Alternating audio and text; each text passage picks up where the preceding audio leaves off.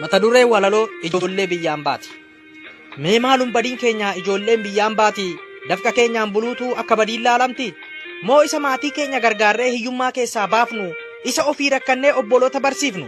Qotee bulaa qotiyyoo dhabee qotiyyoo itti binnee hiyyeessa mootummaan dheesse nu bira dhaabbannee bakka itti galu goonee karaarraa ol galchinee abbootii amantaatiif masgiidota ijaarree beetaskaana tolchinee akka waa gaarii nu barsiisan kabajaa itti laannee har'a gaafa rakkannu kan nuuf birmatu dhabne.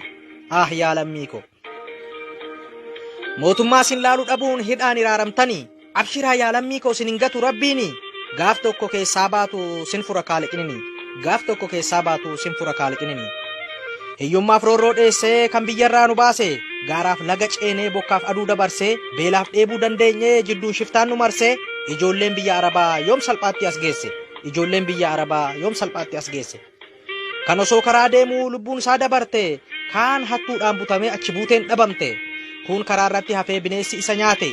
Kaan osoo bahara ceehuu qurxummiin isa nyaatte dubbatamee hin dhumu waan gabrummaan nu goote. Kan hafne as isheenne biyya Arabaa keessatti kabajaa biyyaa dhabnes asittis nu eeggatti. Maqaan keenya jijjiiramee kan yaamamnu jibbamaatii isa dhiiraan aamila shamarreedhaan kaddaamaatti jedhaniiti nu yaamu akka waan nu biteetti. Dubartiin keenya hedduun fooqiirraan darbatamti. Kaan ammoo gudeedamaa aariidhaan of ajjeefti. Balaa akkanaa obsinee biyya baafne ifatti maaf akka salphaa laaltu ijoollee biyyaan baati. Kan sin jiraachisaa jiru nuhi ofii shaamaa taaneeti. Kan sin jiraachisaa jiru nuhi ofii shaamaa taaneeti.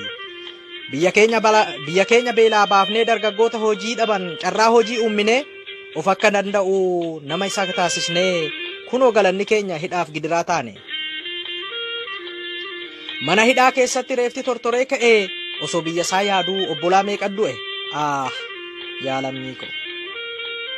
Dur Itoophiyaa keessaa mana citaa baay'atti nutu baadiyyaa hunda qorqorroo ijaareeti biyya uranee ture ifa baafne magaalaatti silaa galatan beektu biyyattiin Itoophiyaati.